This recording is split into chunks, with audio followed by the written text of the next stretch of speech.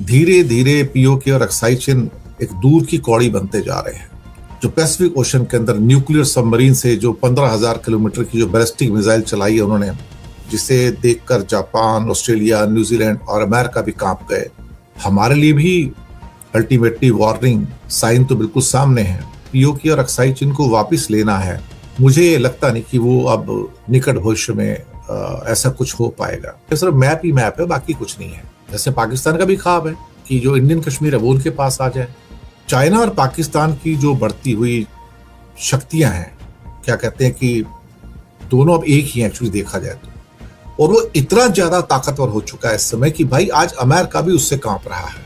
और वैसे भी चाइना ने डिक्लेयर किया कि गिलगिट बाल्टिस्तान पे अटैक होगा सीपैक पे, तो वो अटैक चाइना के ऊपर समझा जाएगा। तो बात क्लियर हो गई ना।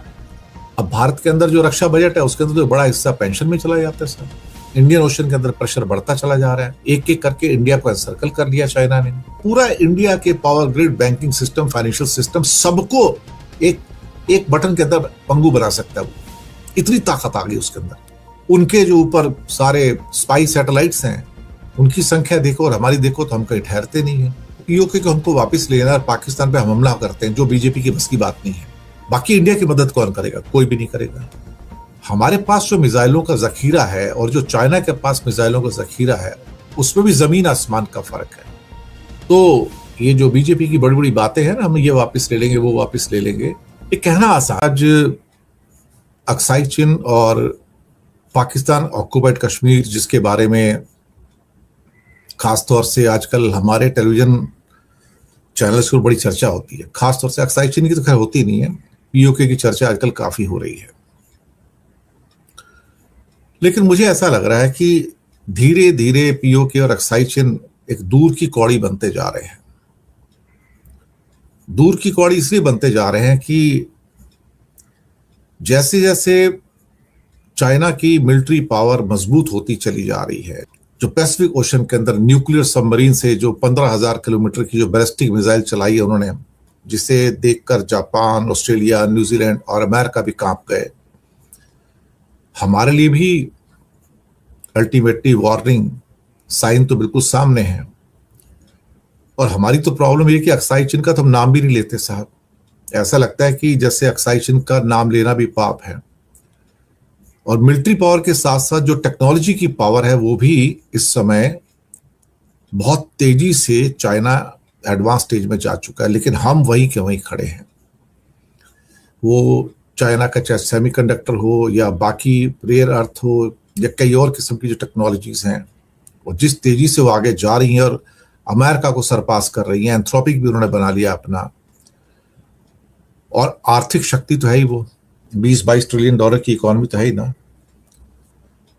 दूसरा सबसे एक पहलू इसका ये है कि जो पाकिस्तान का जो एक मेन एरिया है गिलगिट बाल्टिस्तान का पीओके का, वहां पे बड़ा सीपैक प्रोजेक्ट है और अब सीपैक 2.0 भी आ रहा है। तो हर गुजरते दिन के साथ हमारे लिए अगर पीओके और अक्साई चिन को वापस लेना है, वैसे तो वापस लेने की बात होती नहीं बीजेपी गवर्नमेंट के अंदर, तो वो दूर की कौड़ी बन गया है। मुझे लगता नहीं कि वो अब निकट भविष्य में ऐसा कुछ हो पाएगा। अगर हम इस फोटोग्राफ को देखें, मैप को देखें, तो हमें एक चीज समझ में आती है कि कश्मीर दिखने में मैप पर तो बहुत बड़ा लगता है, लेकिन हमारे पास तो ले दे के मुश्किल से उसका आधा हिस्सा ही है, या 55% मुश्किल से, मोटा मोटा आधा हिस्सा, या आधा कश्मीर। ये बाकी तो कश्मीर का एक बड़ा हिस्सा चाइना के पास अक्साई चिन के रूप में है, जो एलएसी के उस पार है, लिखा हुआ एलएसी भी लिखा है इस मैप में, और एलओसी के उस पार पाकिस्तान ऑक्युपाइड कश्मीर है सारा का सारा। हम लिख नहीं सकते मैप के अंदर क्योंकि वो अलाउड नहीं है एक्चुअली।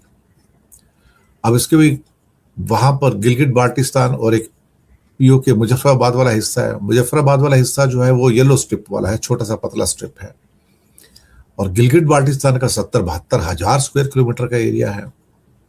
वहीं से सीपैक का प्रोजेक्ट जब प्रोजेक्ट जाता है, उसी में स्कर्दू भी है, उसी में गिलगिट भी है, इसलिए उसको गिलगिट बाल्टिस्तान का एरिया भी कहते हैं। ये दो हिस्से भी एक्चुअली, एक गिलगिट एरिया है, एक बाल्टिस्तान एरिया है। बाल्टिस्तान के एरिया में स्कर्दू भी है।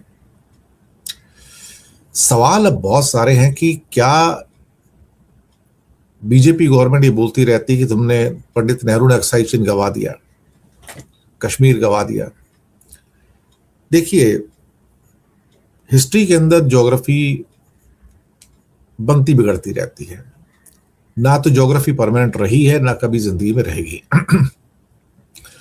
लेकिन चाइना की जो मिलिट्री पावर बढ़ रही है, और पीछे ऑपरेशन सिंदूर में हमने चाइना को पाकिस्तान के साथ मिलकर जंग करते देखा, और पूरा का पूरा क्या कहते हैं रियल टाइम इंफॉर्मेशन देते देखा, जैसे कि वो ईरान को देते रहे। तो उसको अगर ध्यान में रखा जाए तो इसका मतलब है कि हम एक अपोनेंट से तो जंग लड़ ही नहीं रहे थे ना, हम तो दो अपोनेंट से जंग लड़ रहे थे। ये तो सबको पता है। चाइना भले ऊपर से इनकार करे, लेकिन अंदर से तो सारी चीजें वही हैं।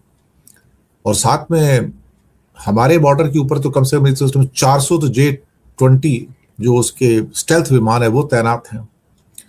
तो मिलिटरली तो हम चाइना के मुकाबले काफी पिछड़ चुके हैं इस समय। और अदरवाइज देखा जाए तो टेक्नोलॉजिकली तो हमारा कोई मुकाबला ही नहीं उससे, कोई मैच ही नहीं है। इंडिया का चाइना का कोई मैच ही नहीं है। और अगर हम उसकी इकोनॉमी को देखें तो वो 5, 5.5, 6 गुना बड़ी इकोनॉमी है हमसे, तो हम उससे भी मुकाबला नहीं कर सकते। तो पीओके यानी कि गिलगिट बाल्टिस्तान का जो एरिया है बड़ा, बाकी मुजफ्फराबाद वाला एरिया तो बहुत छोटा है, 12-13 हजार स्क्वायर किलोमीटर का है। लेकिन 70-72 हजार किलोमीटर तो गिलगिट बाल्टिस्तान है। वो तो देखा जाए तो उसके ऊपर तो हाथ डालना भी, इसका मतलब चाइना के ऊपर हाथ डालना है, क्योंकि सीपैक वहां से जा रहा है। तो एक किस्म से अब अक्साई चीन, हमारे यहाँ तो अक्साई चीन की बातचीत भी नहीं होती है। हमारे यहाँ अक्साई चीन की इंडिया में बातचीत भी नहीं होती। टीवी मीडिया को तो बोला हुआ अक्साई चीन का नाम नहीं लेना, चीन का नाम मत लो बिल्कुल भी। चीन का नाम लोगे तो हाथ जल जाएंगे आपके।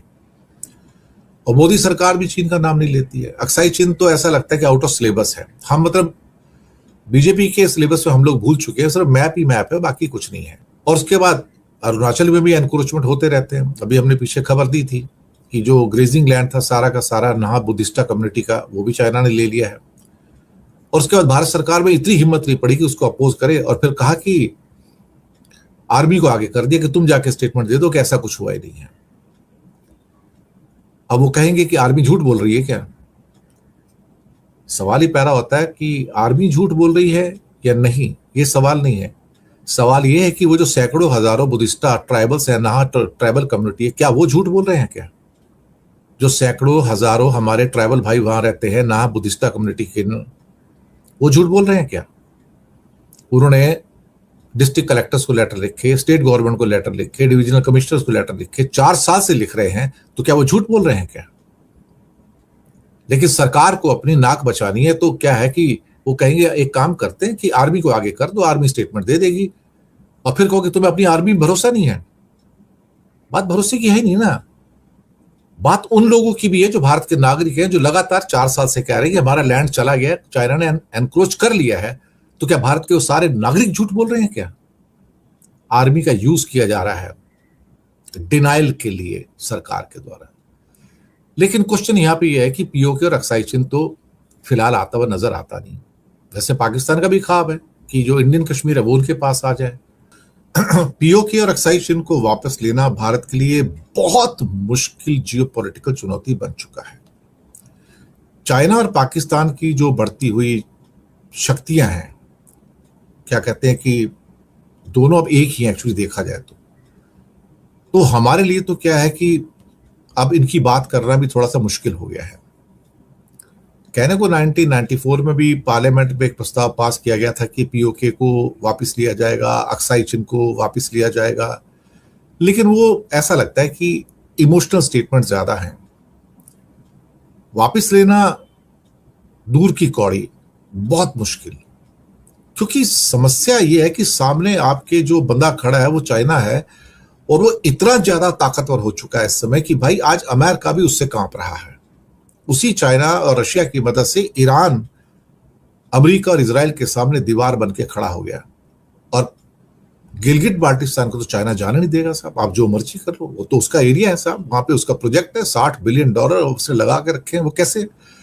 और वैसे भी चाइना ने डिक्लेयर किया कि गिलगिट बाल्टिस्तान पे अटैक होगा सीपैक पे, तो वो अटैक चाइना के ऊपर समझा जाएगा। तो बात क्लियर हो गई ना कि क्या हम चाइना के ऊपर अटैक करने को तैयार हैं। जयशंकर ने एक बार कहा था कि हम क्या बेवकूफ है क्या, चाइना तो हमसे 5 गुना बड़ा है, हम कैसे उसके ऊपर अटैक कर सकते हैं।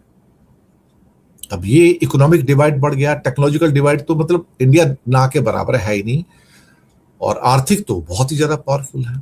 इंडिया तो भी $4 ट्रिलियन भी नहीं हुआ, चाइना $20 ट्रिलियन के ऊपर है। चाइना का रक्षा बजट नाम के लिए $250-300 बिलियन है, हमारा $75-80 बिलियन है, लेकिन चाइना का एक्चुअली बजट तो $500-600 बिलियन से भी ज्यादा एक्चुअली देखा जाए तो। 600 एटम बम है उसके पास, ये डिक्लेयर्ड है, 600 नहीं अब 620 हो गए हैं, और 4 साल के अंदर अंदर 1000 हो जाएंगे, 2035 तक 1500 हो जाएंगे। हम तो वही कभी खड़े हैं। हमारे पास क्या है? हमारे पास तो ले जाके मुश्किल से 180-190 एटम बम है। और अभी जो उन्होंने एक नई सबमरीन से 15,000 किलोमीटर की पैसिफिक ओशन के अंदर जो मिसाइल लॉन्च की, वो भी जिसमें 5 से 6 एटम बम जा सकते हैं एक साथ में, उसने तो दुनिया के अंदर ट्रेमर्स, भूकंप लाकर खड़ा कर दिया है। अब भारत के अंदर जो रक्षा बजट है उसके अंदर तो बड़ा हिस्सा पेंशन में चला जाता है साहब। चाइना दुनिया का मैन्युफैक्चरिंग हब है, 30% फैक्ट्रियां उनके पास हैं। एडवांस जो मैन्युफैक्चरिंग है उसका 60% अब चाइना के पास ऑलमोस्ट हो चुका है, 50 से 60%। तो हमारी तो सारी की सारी जो कच्चा माल है सब वहां से आता है, इलेक्ट्रॉनिक्स हो, सेमीकंडक्टर हो, दवाइयां हो, इंजीनियरिंग हो, केमिकल्स हो, सब कुछ तो वहां से आता है साहब, सब कुछ वहां से आता है। पूरी दुनिया चाइना पे डिपेंडेंट है, इंडिया ही क्यों? तो आप आर्थिक रूप से इतने मजबूत देश के साथ कैसे जंग कर सकते हो? और उसकी नेवल प्रेजेंस सिस्टम इतनी ज्यादा बढ़ चुकी है कि जिसकी कोई हाल ही नहीं है। फुजियान इतना स्ट्रांग हो गया आज की डेट में कि अब उसके बाद अब न्यूक्लियर पावर्ड एयरक्राफ्ट कैरियर भी उसका आ रहा है। इंडियन ओशन के अंदर प्रेशर बढ़ता चला जा रहा है, एक एक करके इंडिया को एनसर्कल कर लिया चाइना ने। तो टेक्नोलॉजिकल गैप तो इतना बड़ा हो चुका है कि आज की डेट में अब सिर्फ मैदान में खड़े होके कि आपकी इतनी फौज है, मेरी इतनी फौज है, सिर्फ अब हिम्मत से काम नहीं चलेगा साहब। अब टेक्नोलॉजी की बात की जा रही है, टेक्नोलॉजी की। अब चाइना ने इस मामले में तो जो रोबोटिक्स की जो आर्मी बना ली है, वॉल्व्स आर्मी या डॉग आर्मी इसको कहते हैं, ऑटोनोमस वेपन्स हैं, साइबर वॉरफेयर है, एंथ्रोपिक बना लिया जिसके द्वारा पूरा इंडिया के power grid, banking system, financial system सबको एक बटन के अंदर पंगु बना सकता है। वो इतनी ताकत आ गई उसके अंदर। जिस आदमी के पास एंथ्रोपिक हो, मिथोस हो, क्लॉड आ जाए अपना, जो उन्होंने बना लिया पूरा, तो किसी को भी क्रिपल कर सकता है। हमारे पास वो शक्तियां नहीं है ना। और यूक्रेन युद्ध ने साबित किया कि भविष्य के युद्ध ड्रोन के दम पर लड़े जाएंगे। चाइना दुनिया में ड्रोन का सबसे बड़ा उत्पादक और निर्यातक है। उनके पास ड्रोन स्वयं, यानी कि एक साथ झुंड है, हजारों एक साथ। अब यूके हो या लद्दाख हो या अरुणाचल हो, हमारे लिए तो चुनौतियां बहुत हो सकती है ना। चीन का अपना बीडू नेटवर्क है, सर्वेलेंस सैटेलाइट नेटवर्क है, हम जीपीएस पे डिपेंड करते हैं, तो हम उनको ट्रैक नहीं कर सकते, वो हमें जीपीएस के द्वारा ट्रैक कर सकते हैं। तो हमारी सेना की हर छोटी मोटी हलचल पे 24 घंटे वो नजर रखते हैं। उनके जो ऊपर सारे स्पाई सैटेलाइट्स हैं, उनकी संख्या देखो और हमारी देखो तो हम कहीं ठहरते नहीं है। टू फ्रंट वॉर के ऊपर तो हमारे एक बड़े जनरल साहब ने कहा था कि अगर जरूरत पड़ी तो हम लड़ेंगे, with whatever we have we will fight. ये एक किस्म का स्टेटमेंट है कि कोई मुकाबला तो नहीं है, लेकिन जो कुछ हमारे पास है उसे लेकर हम लड़ेंगे। रिजल्ट क्या होगा ये पता नहीं। अब मुसीबत है कि पीओके को हमको वापस लेना और पाकिस्तान पे हम हमला करते हैं, जो बीजेपी की बस की बात नहीं है। तो चाइना चुप नहीं बैठेगा, क्योंकि गिलगिट बाल्टिस्तान में सारा प्रोजेक्ट है सीपेक का, उसके ऊपर हमला होने का मतलब है कि चाइना कहता है कि मेरे ऊपर हमला है। और भारत अगर अक्साई चीन की ओर बढ़ता है तो पता लगता है कि हम वहां से भी घिर जाते हैं। फिर तो मुसीबत यह है कि अगर इंडिया एटॉमिक पावर है तो ये दोनों भी एटॉमिक पावर हैं। तो क्या एटॉमिक पावर आपस में इतनी लड़ाई कर सकते हैं क्या? चाइना ने लद्दाख और तिब्बत के एरियाज के अंदर ऑल वेदर रोड्स हैं, बुलेट ट्रेन्स हैं, टनल्स हैं, अंडरग्राउंड मिसाइल साइलोस हैं, हवाई पट्टियां हैं, हेलीपैड्स हैं, जाल बिछा दिया है। तो उनके तो भारी भरकम टैंकों को कुछ ही घंटों में ट्रेन के द्वारा वहां पहुंचाया जा सकता है। हम कैसे पहुंचेंगे वहां पर? फिर उनके पास ऑलमोस्ट 400-500 सिस्टम 5th जनरेशन के J-20 आ चुके हैं, J-35 भी हैं। अब रहा एक सीपैक की बात हुई, जहां से ये मामला बड़ा कॉम्प्लिकेटेड हो गया। सीपैक जो है ना, पूरा का पूरा बीआरआई का हिस्सा है, और पीओके के बुनियादी ढांचे, डैम्स और बाकी चीजों में, इंफ्रास्ट्रक्चर में उसका बहुत इन्वेस्टमेंट है। चाइनीज इंजीनियर्स और जो सोल्जर्स हैं वो पीओके में मौजूद रहते हैं, और वहां पर अपने जो स्ट्रेटेजिक एसेट्स हैं उनके, उसको बचाने के लिए वो किसी भी कीमत तक वहां पर क्या कहते हैं तैयारी है उनकी। और सवाल ही पैदा होता है कि पीओके के ऊपर अगर हमला होता है गिलगिट बाल्टिस्तान पे, तो चाइना पे हमला माना जाएगा, तब हम क्या करेंगे? आर्मी को पता है, आर्मी सक्षम है, लेकिन मुसीबत यह है कि हमारा मुकाबला एक 5-6 टाइम्स मोर पावरफुल एनिमी के साथ है। और दक्षिण एशिया में कोई भी पारंपरिक युद्ध जो होता है ना, बहुत तेजी से एटॉमिक युद्ध में बदल सकता है। अब सवाल ही पैदा होता है कि इस कंडीशन के अंदर हमारा मुकाबला सिर्फ पाकिस्तान से नहीं है ना, साथ में चाइना भी है। बाकी इंडिया की मदद कौन करेगा? कोई भी नहीं करेगा। क्या कोई डायरेक्ट हमको कोई मदद कर सकता है जंग में? कोई भी नहीं करेगा। अमेरिका नहीं, रशिया नहीं। रशिया का तो चाइना के साथ नो लिमिट एग्रीमेंट है। वैश्विक शांति की मांग हो जाएगी बस आम कि युद्ध खत्म कर दो, लेकिन युद्ध खत्म कहां होते हैं आज की डेट में? भारत के पास क्या विकल्प है, ऑप्शन क्या है? फिलहाल तो जो लॉस्ट ग्राउंड है हमारा, उसको वापस लाना, मैं ये तो नहीं कहूंगा नामुमकिन है, लेकिन शायद बहुत ज्यादा मुश्किल है। उसके लिए हमें इकोनॉमिक जाइंट बनना पड़ेगा। पहले चाइना पे डिपेंडेंस कम करनी पड़ेगी, हर स्ट्रेटेजिक चीज हमें पैदा करनी पड़ेगी। मिलिटरली हमको चाइना से ज्यादा पावरफुल होना पड़ेगा, इकोनॉमिकली और टेक्नोलॉजिकली भी ज्यादा पावरफुल होना पड़ेगा। नहीं तो इस एसिमेट्रिक वॉरफेयर के अंदर फिर हम उसकी मुकाबला नहीं कर पाएंगे। ये एक वो फैक्ट है जिसको शायद बहुत सारे लोग क्या कहते हैं कि पहचान नहीं पाते। दूसरी बात यह है कि हम ये कह सकते हैं कि हमारे पास ब्राह्मोस है या बाकी बहुत सारी मिसाइल्स हैं। देखिए साहब,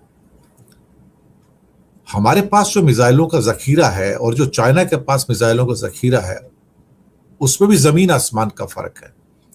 तो अगर जंग थोड़ी सी लंबी चलती है तो क्या हम लंबे टाइम तक उन मिसाइलों के साथ कितने समय तक सस्टेन करेंगे? ये भी प्रॉब्लम है ना। अगर चाइना 10 से 20 हजार मिसाइलें लेके बैठा हो तो हमारे पास तो उतनी नहीं है। ये तो पक्की बात है। और यहां पे मैं अंडर क्वांटिफाई नहीं कर रहा हूं इंडिया को। मैं ये कह रहा हूं कि शायद इंडिया अभी, मुझे लगता है कि स्ट्रेटजिकली उस स्तर पर नहीं है कि जहां पर चीन के साथ डायरेक्ट लड़ाई मोल ले सके। पीओके और अक्साई चीन हमारा है, इमोशनल अच्छा है, लेकिन ग्राउंड पे तो कुछ भी नहीं है ना।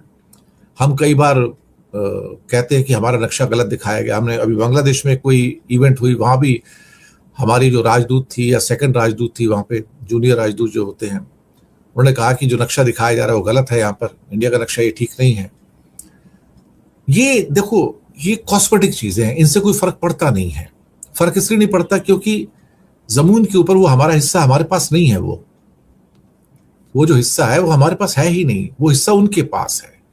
अक्साई चीन जो है चीन के पास है, सबको पता है।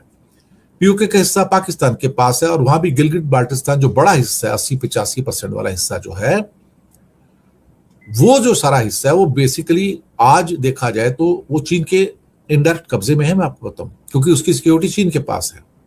तो फिर हमारे पास बचने का क्या साधन है इस टाइम? क्या कोई साधन मिलता है? क्या नहीं मिलता साहब। तो ये जो बीजेपी की बड़ी बड़ी बातें हैं ना, हम ये वापस ले लेंगे, वो वापस ले लेंगे, ये कहना आसान है साहब। जैसे इंडिया चाहता है कि पीओके आ जाए, पाकिस्तान चाहता है कि इंडियन कश्मीर उसके पास आ जाए। क्योंकि इसमें जो तीसरी कड़ी है ना, चाइना, ये बड़ा इंपॉर्टेंट है। क्योंकि पीओके के अंदर चाइना का आना और उसका सपोर्ट करना, ये हमारे लिए ना एक, इससे बुरी कोई इक्वेशन हो नहीं सकती थी। इससे बुरी इक्वेशन नहीं हो सकती थी। जो सच है वो बोलना थोड़ा मुश्किल जरूर है, लेकिन इस सच को स्वीकार करना भी जरूरी है कि ये सच जो है कड़वा है, पर सच यही है।